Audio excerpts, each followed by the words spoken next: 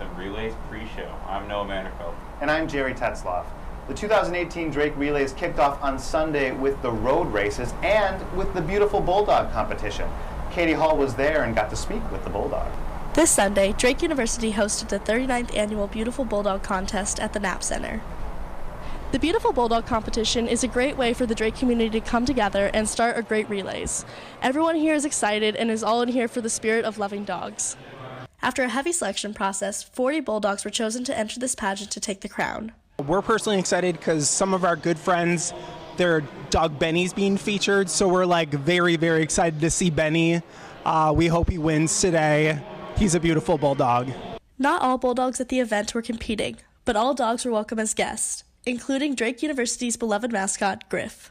I am slightly obsessed with bulldogs. I'm really excited to get my own one day, and so I'm really excited to be here and to see all of them. Hi! What are you most excited for the Beautiful Bulldog competition? No comment. This year's competition also featured a new title called the Porterhouse People's Choice Award, where the audience voted for the bulldog that best represented the spirit of Drake University's previous mascot, Porterhouse. This year, Sweet Sassy Molassie from Texas was voted as the winner. Animal rescue and adoption agencies were also stationed at the event to promote rescuing stray dogs. The winner of this year's pageant was Bozy, a 2-year-old bulldog from Pella, Iowa. Bozy will be the official mascot of the 2018 relays. Even though there was only one winner, there was no doubt every dog there was beautiful. This is Katie Holt with DBS Drake Relays. Bozy and Sweet Sassy Molassie were the victors of that week's Beautiful Bulldog contest. So I'm here with one person who's competing in this year's relays. That's Tori Coombe. So, Tori, what is relays like for you as a student athlete? It's a really fun time. Obviously, it's one of our 2 track meets that we host here at the stadium, and so it's just a big competition. So there's good energy, good vibes, and now we have good weather, so it should be really, really fun. And what drew you to attend Drake University as a student? Well, my senior year, I fell during hurdles, and I ended up fracturing my wrist, so I kind of cut my options short, and so the old coaching staff here, I walked on, and now I'm just, I guess I'm really happy with my decision and kind of what happened, I guess. I don't know. What are you most looking forward to in this year's relays? The Olympians. Last year we had a good 100-meter hurdlers come in, and the 400-meter hurdles was amazing to watch, so that's just always my fun part, is to kind of see my idols come out and compete. Tell us a little bit about the highlights of your track season so far this year. I opened up outdoor season really close to my PR, and I've just PR'd last week at Mizzou, so I'm hoping to PR again and finally break a minute in the 400 hurdles. It's kind of been my main goal for the last 2 years, so should be fun. You talked about the 400-meter hurdles. What events will we be seeing you compete in this year? I'll be in the 4x4 100-meter relay on Friday, and then 400-meter hurdles on Saturday, and then I think that's it.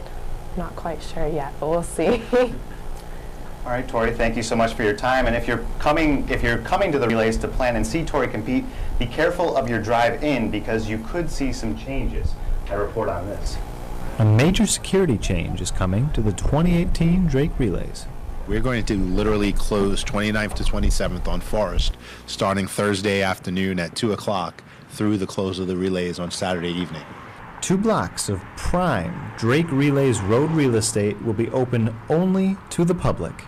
What that means is we're putting up big concrete barricades. By doing that, it will prevent vehicles from being able to get down to the front, get down to the crowd. The crowds that in the past have all been pedestrians trying to cross the street to get to and from Drake Stadium. And we had police officers there to stop traffic, but that was still risky. Someone doesn't see them, someone's not paying attention. We risked having someone hurt. So this way, that's not going to be an issue now. Yeah, anytime we don't have to try and manage traffic when we have a bunch of people on or in the area is a bonus to everybody. The two don't always mix very well. It's something that we've come pretty experienced managing, with all the events we have in town here. There was a survey or something that came out last year that said Des Moines is one of the most festive cities with all the events that we host. So managing traffic is something we're very good at, but if you can eliminate it when you have these events, it's even better. Even with the road being closed, Drake Public Safety and the Des Moines Police Department will be present in full force and standing by for anything. We're anticipating a great event like they typically are with Drake Relays. We don't anticipate that there's going to be any kind of chaos, but we always have a plan for the worst and we just hope for the best. And then our plan is to drive it towards that best case scenario. Hopefully that best case scenario includes good weather. Reporting for the Drake Broadcasting System, I'm Jerry Tetzloff. We'll be talking more about safety with our next guest, head Drake University athletic trainer Angie Dahl. Now tell us a little bit about how athletes stay healthy during training and competition.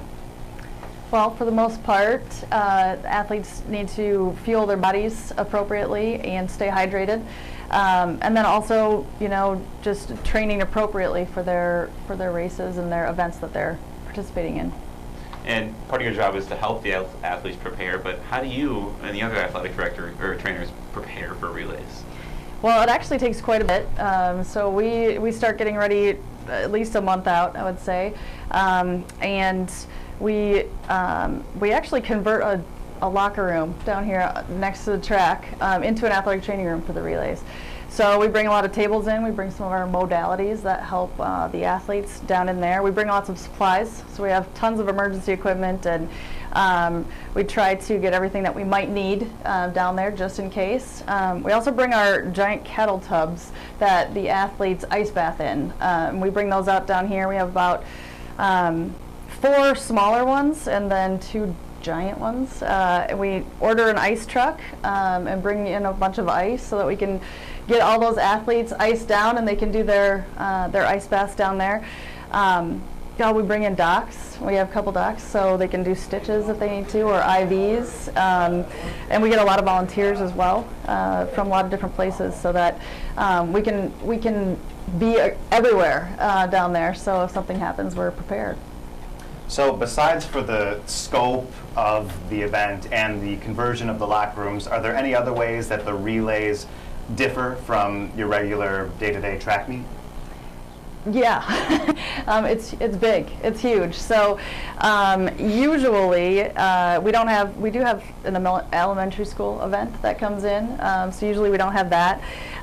Usually it's only a couple days instead of 4 or 5 days with the relays. So just being prepared for all those different events and looking at the weather for all those different days and those types of things. So it just requires a lot of people and a lot of preparation ahead of time, I guess. What sort of injuries are track and field athletes most susceptible to? For the most part, muscle pulls, hamstring, the runners, their hamstring muscle pulls, sometimes calves, things like that. And then we get a lot of chronic injuries as well, so tendinitises and things like that with track athletes. So what kind of preventive measures do you encourage those athletes to take to avoid those kind of things? Well, track athletes, traditionally have to do a really good job of taking care of their bodies.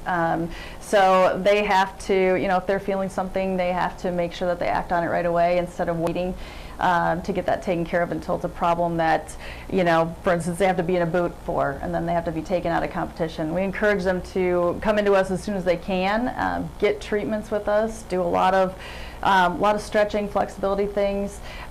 Strength training is huge. It's really important that they get in and they're doing the proper strength training so that they can tolerate all the demands that a track and field athlete places on their body.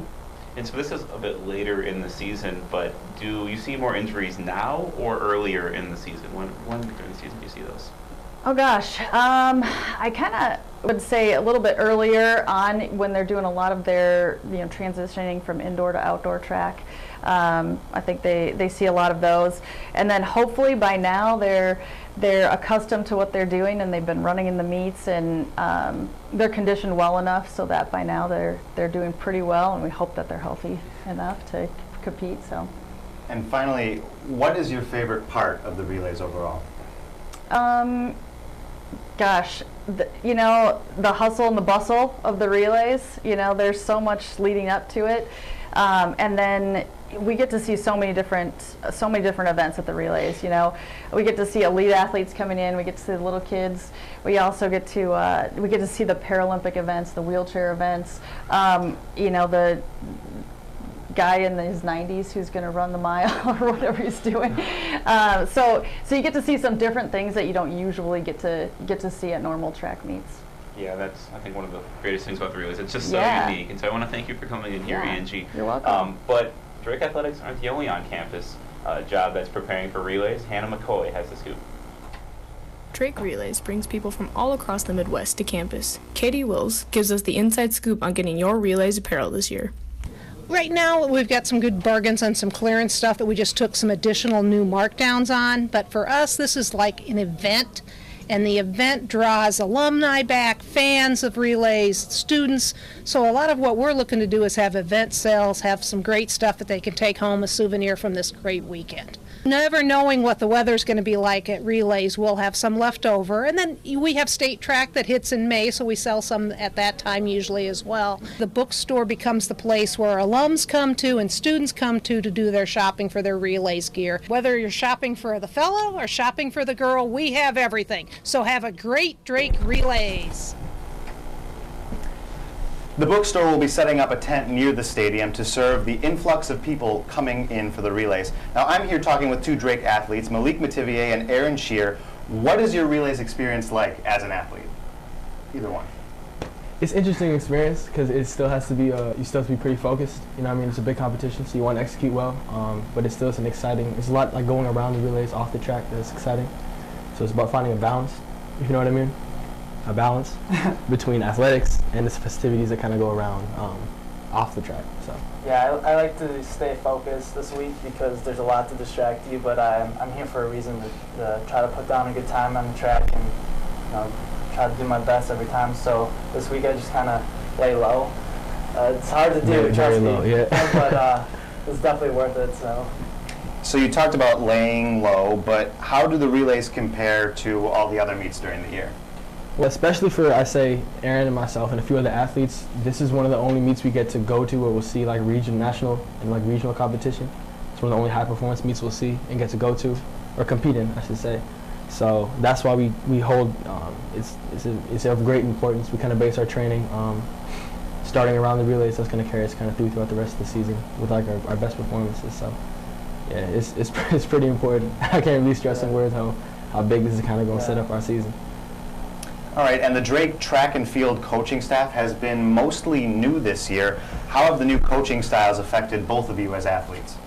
Well, we'll really tell at the conference meet for sure, but it's definitely been different. They're just a little bit more attentive and nitpicky on things that other coaches couldn't do. Like last year we only had the head coach interim, so he could only do so much as one person, but now that we have multiple coaches and different coaching styles, we get a lot.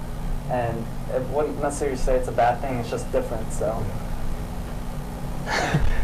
No, that's fine. And let's talk about the elephant in the room, and I'll knock on the wood desk behind me a little bit first. Let's talk about the weather. The past couple years have just been absolutely horrendous from a person working the relay standpoint. I can't even imagine a person running in them. Let's talk about what you're looking forward to this year and how weather kind of differentiates how you perform. Well, I I've competed in the last 2 years at relays, and both times have been completely horrendous in terms of rain, wind, cold, and so it's a relief to see that the weather is looking a lot nicer. So even like 3 years ago, I came for a visit here, and it was the same, so I was like, this has been such a relief to know that it looks like I'll be able to compete in warm, nice weather. So definitely will make a difference. You just feel better, the atmosphere is a lot better, and so. Yeah. Warm weather is going to bring in faster times. Obviously, it's easier to compete when it's warm. It's going to bring in bigger crowds. It's just going to be, it's just really frustrating trying to compete in the cold. Like imagine wearing the smallest amount of clothing possible, and then having to run when it's 39 degrees and raining. That's no fun. So. Yeah, and I think the thing I'm definitely looking forward to is the full bleachers. That should be a sight to see. Now, weather aside, what's the biggest challenge that you and other athletes face going into the Drake relays, especially being a Drake athlete? This is your home. I feel for some people it might be pressure. Obviously, you want to, in a full stadium, you want to compete well in front of the people that have been kind of supporting you, your friends and whatnot. But I say the biggest challenge right now for me, I think Aaron as well, is finally having to compete against not just say a race where there's one person with the potential to beat you. You got to race, again, in a field of 8 people who on any given day can end up winning that race and winning the competition. So that's going to be, I say, a bit of a challenge, more like an adjustment, but it's something I'm definitely ready for. I know Aaron's ready for, and a lot of people on the team are ready for. So that's an exciting part, I'd say. Anything else you can think of? I spoke for you. Honestly, that pretty much covers it. You know, like just trying to compete against a bigger, massive competition is always something you got to get used to at this point in the season. But it's good that it happens now because then it's conference, then regionals. So it's a great time to be able to, you know, compete at a higher level. Excellent. Well, thank you for joining us, Malik and Aaron, and thank you all for tuning in. Don't miss the USA Track and Field live stream of Relays events. Tune in Friday at 2 o'clock to live.drake.edu/DBS for our final pre-show. We'll be talking to Olympians and Griff. Happy Relays, everyone. See you next time.